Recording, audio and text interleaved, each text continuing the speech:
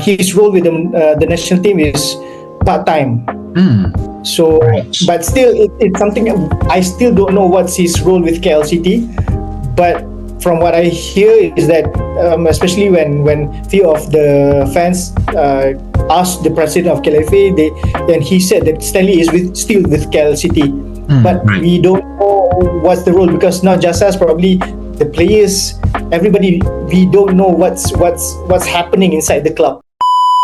Welcome to this special Tayaja Malaysian League post-season catch-up with, once again, my guest today, Nizam Archibald from Siada Media and a passionate KL fan. And today what we are going to talk about is all about Kuala Lumpur City in what has happened in the season, post-season, and a few burning questions here. So Nizam, welcome back to the interview. Yep. So, thank you again for inviting me again. Yeah. All right. So without further ado, I'm going to get the ball rolling. So, Nizam, what are your first thoughts? I mean, now that the 24-25 Malaysian League season is totally over, what do you feel about Kuala Lumpur City for this campaign? Because considering that they have their challenges in the domestic league, but they still had to handle the ASEAN Club Championship Shopee Cup this season. Well, for me, it's a mixed season. I think we have more lows than highs.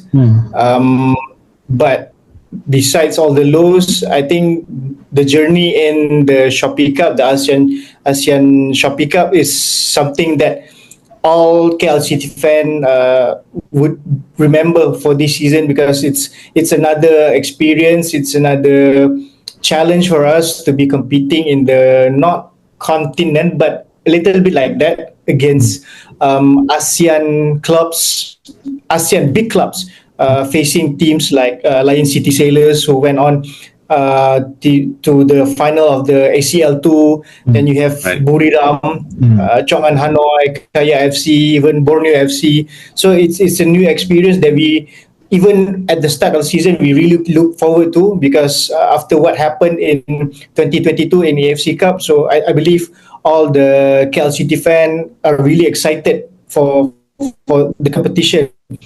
As for the season, the season, I would say it's last season. We were still under Boyan Hodak at the start of the season, and then Boyan Hodak left. So we have another coach who was his assistant as well, because last season after Boyan left, he left it to Nenad Bacina, who came back to help us. So this season we maintained still the Boyan relation with Miroslav Koljanak. But one thing, when what we saw in the preseason, he's different than Boyan and Nenad, because he's someone who his tactical is more attacking compared to Boyan and also Nenad. But at the same time, during the start of the season, we were really concerned about all the problems faced by the club regarding the financial issues, about the salary issues, that even we were at the start of the season, if I'm not mistaken, we were handed transfer ban, but then suddenly gone. So we managed to sign few players to replace the players that left, because we really lost a few key players, like Romel Morales. He went to JDT, and then Akram Hinan, who went to Terengganu, and then T. Saravanan, a young winger that we really look forward to. When he was playing with KL, he also left to Sri Pahang. So we replaced them with players that really suits with Coach Miro's tactical, like Jovan Motika, and then we had Adrian Rudovic, who complements Gian Galifuco perfectly in our defense. And then this is our first full season without Kevin Ray Mendoza as well. So it's our first full season with Azri Ghani. And then I think one transfer that really shocked us was when we managed to sign this our rivals captain, which is Brendan Gunn, was really like a big statement from the club signing somebody like Brendan, because if I'm not mistaken, a few seasons ago before he went to Perak, he was rumored to join KL, which back then it was something that I really look forward, because I really like a player like Brendan Gunn who gives his heart out, who is a very skillful player and has that leadership. So when we suddenly announced about signing Brendan, it was really a huge statement from the club, because one, we got the captain of our rival, and then we got somebody who can actually improve our midfield, with his energy, with his tenacity, and it really suits our gameplay. But we were also worried because we didn't sign any striker. But little that we know that Paulo Josue, our captain, Mr. Kuala Lumpur, can actually play in that role and become the second top scorer for the Malaysian League. And also at the same time, this season he broke Fandi Ahmad's record. Right. So as the season goes, it looks like everything might be going well, even though we had like a blip in the early of the season with a few losses here and there. And then when we start getting our groove, and then comes the revelation, the rumors, not the rumors, but the power struggle, when one of the LFA people went on to the media and he said about the salary issues, about the financial issues, about all the problems that suddenly it definitely left a mark, and had a huge impact to our players who were trying to fight for the club, who was trying to propel the club to, as this season we aim to be in the top five, and because of that we were hit with the 6 point deduction, and we were also handed a transfer ban. So in the middle of our own problem, our own making, because all that all that issues happen because of ourselves, because there's some mismanagement. We didn't fulfill a few criteria, few things that are essential in running a club. But as the season, as we try to solve that problem, I see, and then we have the KLFA elections. So at first, some of us or many of us thought that after the election, the problem would be settled with new regime coming in, new management coming in, especially for KLFA, as KLFA is the major shareholder of the KL FC. So we thought things would be okay, but I would say it's not 100% okay. We still have the old problem, as now still we hear about the old debt still are not paid. The salaries, the 2024 salaries are still not paid. So players are still asking for that. But when we ask the management, they say, oh, it's the old management's problem. It's because the old management, but we are trying to solve it. Up till now, we still don't see any solution for that. But we come back to the season. So and then when we are playing good or getting good results, especially in the Shopee Cup, as we started with 2 wins in 2 against Kaya FC and also Borneo FC, and then the league stops because of the Suzuki Cup. Correct. ASEAN Championship actually. Yeah. Mitsubishi Electric Cup. I believe that is one of the reason where we lost our momentum in the Shopee Cup, because the players, we had like a long break, even though few players went on to play for the national team, but still not enough. And then when the competition starts, we had like too long of a break, that when we play against Lion City Sailors, I can see few players are not match fit, and then we lost key players due to injuries and also suspension. We against Lion City Sailors, we didn't have Brendan Gunn, we didn't have Josue, and then after that, we thought, okay, maybe we can get something against Chong'an Hanoi because the league has started, so we have at least match fitness, but still we didn't have our key players, and we did well in the first half when we tried to we came back after we conceded first, then we came back to lead 2-1, and we played. I would say the 45 minutes against Chong'an Hanoi is one of the best play of our season. We played really brilliantly in that first half, but typical for this season, we kind of love to explode in the second half. So we shot ourselves on the foot with two red cards. First for Kamal Azizi, who reacted, which he should know better, because we know we playing against a Vietnam team, a Vietnam against Vietnam players. They are masters of the dark arts. So we didn't help ourselves. So we lost Kamal Azizi and also Paulo Josue. Especially the next game against Buriram, where it's crucial for us to try and get at least 3 points. But without our key players, without players like Kamal Azizi, Paulo Josue, it's a huge task for us. But we did something. I think we played okay, and we managed to keep them just one goal. So I'd say I'm still proud of the boys.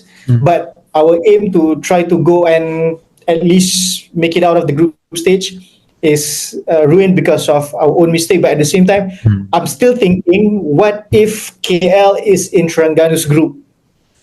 Right. Because looking at our group, it's a group of death. We could say it's the group of death. You have Buriram, who plays in the ACL Elite. All right. And then you have Lion City Sailors, also Kaya FC, playing ACL2. Correct. Borneo FC is the champion of regular season for Liga Indonesia for the last season, for the previous season. And also Chong'an Hanoi, a team that is filled with Vietnam national team players, and also coached by Manu Paul King, Correct. who was the Thai coach before. So it's a very hard group for us. So it's sometimes when I see our group and compare to Terengganu's group, I always think that if we were in Terengganu's group, could we at least went on to semifinals? But it's all gone. And then once we are out of the Shopee Cup, we try to focus back on the league, try to finish as high as possible, even though with all the problems. We tried, but because of that point deduction, 6 points deduction, is still a huge task for us, especially when we are still hoping for other teams who are above us to slip. But we had like a bad period, especially after the Mitsubishi Electric Cup. We had that period where we were not winning, so that also is the reason why we couldn't go up more. And then as we go towards the end of the season, then we started to try to gain some pace, but it's too late. But still, if we compare this season to the previous seasons, I would say we had an improvement. We improved, especially in the league. We played better. We played more entertaining. With Boyan, it's more effective. It's more effective, especially in the cups. But under Coach Miroslav Kuliana, he managed to make our team entertaining, especially with Paulo Josue, Jovan Motika, Hakimi Azim, Brendan Gunn. We had some beautiful attacking play. So that's one thing that I see different compared to under Boyan. And then as we head to the end of the season, when we close the season, we were hit with one Instagram story by Paulo Josue, which in that post, it seems like he's saying goodbye. Even when I went to the last game against KDNFC, Paulo Josue looks like a figure who's trying to absorb all the atmosphere, like he's somebody saying goodbye. Even during the pre-match, even when he scored the goal against KDNFC, it's like he's trying to hold his emotion, like this might be my last goal. But after the game, I went on to meet him. He even asked me, why is everybody sad? Why is everybody saying goodbye to me. Then I said to him, it's because you post that IG stories and it's like you're leaving. But I said, no, no, I'm not leaving. Um, Probably I just miswrote the post, but still there's something inside me like thinking there must be something that happened that suddenly Right. changed his mind. So we are left with a lingering thought that what's going to happen next season, what's going on, what happened during the season, and what's going to happen in the next season. Are we still going to be competing? Because as now what we're hearing from the president of KLFA, we are having like a mixed signal. He was saying before that KL's we don't have money, we have a lot of debt, and we are planning to play either in the A1 league or Premier League. Like before, they planned to have a Premier League, but it was scrapped. And then suddenly, like these past few weeks, he was saying that um, we want to try to compete with JDT and Selangor. Ah, He's saying about that okay, yeah, is we're gonna that is we're gonna quite a maintain wild our swing of things, yeah. wild swing of Uh, developments from the we management. are we are hearing like before this we are hearing that we're going to sign like young players, we're going to sign ASEAN players because probably they're much cheaper, and then suddenly we are hearing that we want to sign there are rumors that we are not rumors because this is something that comes up from the Caliphate president's mouth in an interview. So he's saying that okay, we're going to sign one future naturalized player, and also defensive midfielder who played for the national team. So it's like something that is very different from what he's saying before. Now it's like he's saying that we're going to sign these big names, we're going to maintain our core players compared to during the end of the season, or probably we're going to just maintain some players. We're going to have like pay cuts, and then we're going to sign cheap players. It's like during the end of the season, we are hearing that it's like we're going to have a team just to be competing in the league, and then suddenly we are hearing like, okay, we're going to have a team that's going to compete uh, for the title. It's So like we are really like, it's it's so something that's dramatic, really baffling. We don't know what's going to happen. very dramatic in this way because I mean, before I touch on that point, because it's quite ironic that in the Shopee Cup,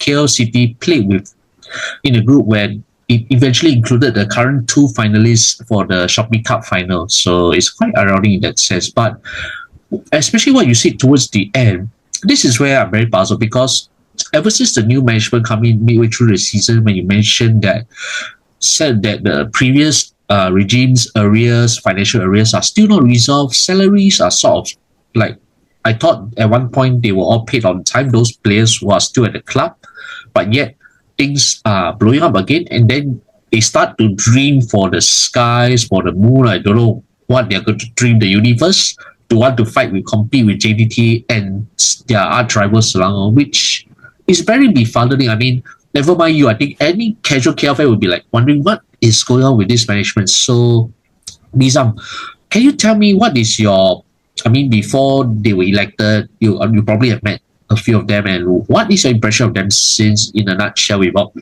leaking too much of the sensitive details?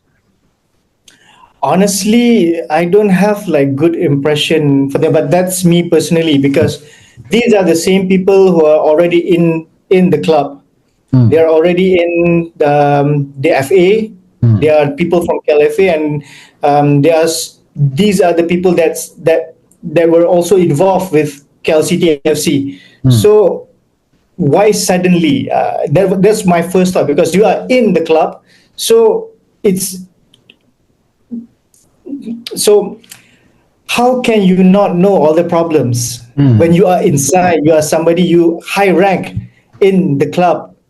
When you see like the names that won the elections, there are people that have been in KLFA for a long time, mm. that they're and they are involved as well with KLCT FC. So why now? Why suddenly this tune? Why suddenly you are saying this? Because if you want to say that there's a problem, you are part of the problem. So Mm, that was what I thought when these people came in. mm, So I have no high hopes when they win, which because they've been there. They are always there. They've been since before before Cal City FC was founded in 2021.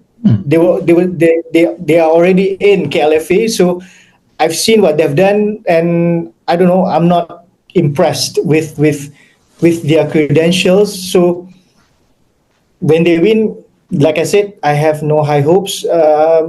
Even I had the chance to meet with them and ask about their what are their plans. When they told me, it's something that when I hear, I know that it's not enough. Oh dear. That's not the way to go. Yeah. So it's more like survival and all that. So yeah, so that's where this is going. So anyway, I will have to fast track a little bit because there is a bit of a pro time limit. But now I will go back. I'll go into this particular part. Stanley Bernard, he was one of the guys who had been there at the KLCT ever since he became the CEO.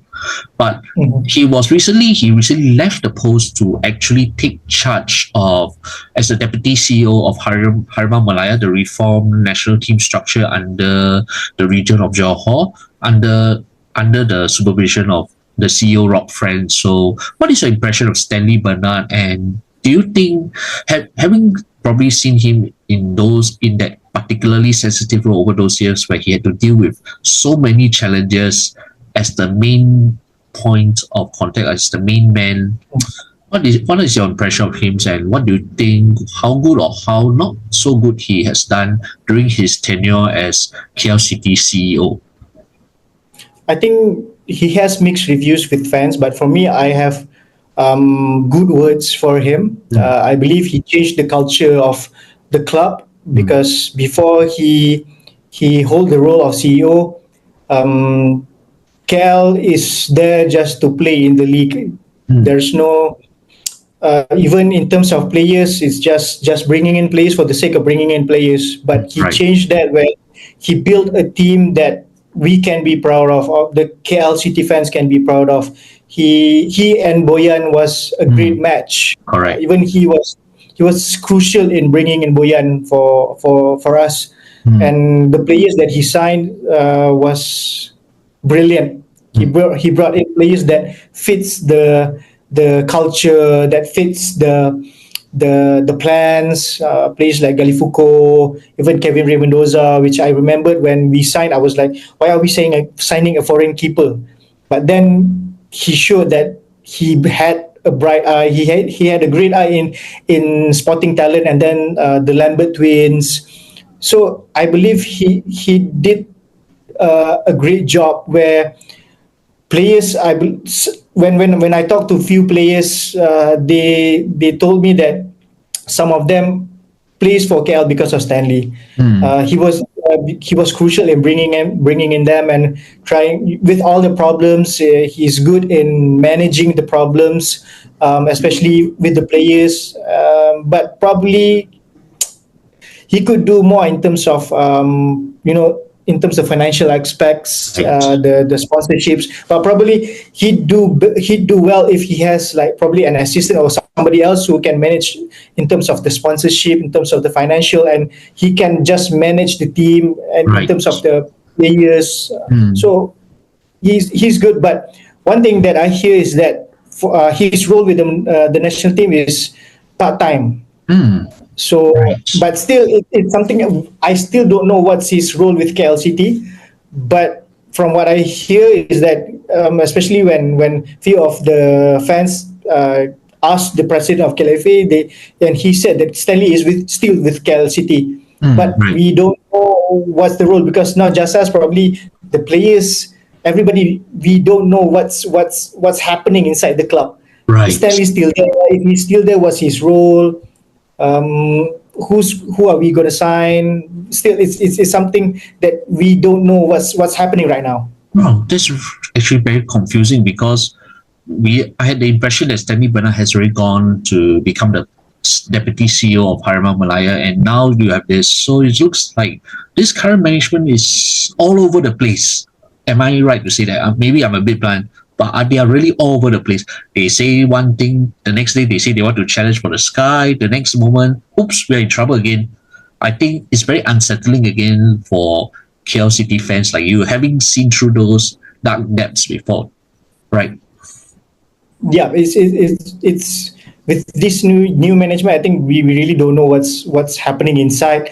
What are their, because now we know that we are going to change the logo, because they did a logo contest, Okay. and then we are changing our jersey supplier, because the president club, the president cup, the under 18 has competed, and we are wearing like a new brand. So that's the only two that we know. We know that, and also we know that we're going to have like a new coach, because they posted a vacancy for looking for head coach. So that's the only thing. Three things that we know: we are going to have a new logo, we're going to have a new head coach, and also we are going to wear a new brand of jersey. That's the only thing we know. Other than that, we really don't know. Because I heard about talking about a new head coach, it's rumored that KL legend Fandi Ahmad is going to come back this time around as the head coach of the club after Sri Pahang has been recently disbanded because of financial issues and they're not competing. So if it's Fandi, what are your early thoughts on it? Well, I love Fandi. I know he has experience with the Malaysian League, especially with KL, and the thought of him training with Paulo, two of our top goal scorer in history, is a good match, I think. And even looking at the candidates, I believe if it was me, I really want Fandi to take the helm. I really wanted to see how Fandi, a legend, trying to help the club to go, and especially when we look at how Sri Pahang played against JDT in the final of the Malaysia Cup, I know that Fandi can do miracles with KL, and he's an ex-player. He played in Europe. He can garner the respect from the players. So for me, he's the right choice for KL if we were to change our head coach. Right, but still, even with Fandi's appointment, because Fandi is not going to come cheap, he's not because he commands a strong 5-figure salary, and given the financial issues that KLFA or KL City still face, it's going to be quite a massive challenge. And I do suspect maybe some of the players will depart during this summer transfer window before the 25-26 season. Yep.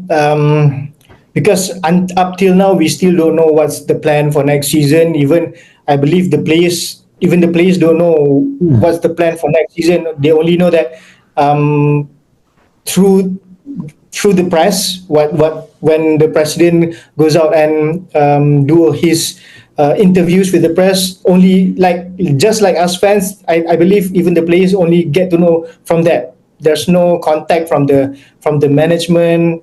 So I think, I don't know. I want to look forward to the next season, but with what's happening right now, with all the things that's still puzzling us, so we need them to come out and tell, especially the fans, what are their plans for the next season.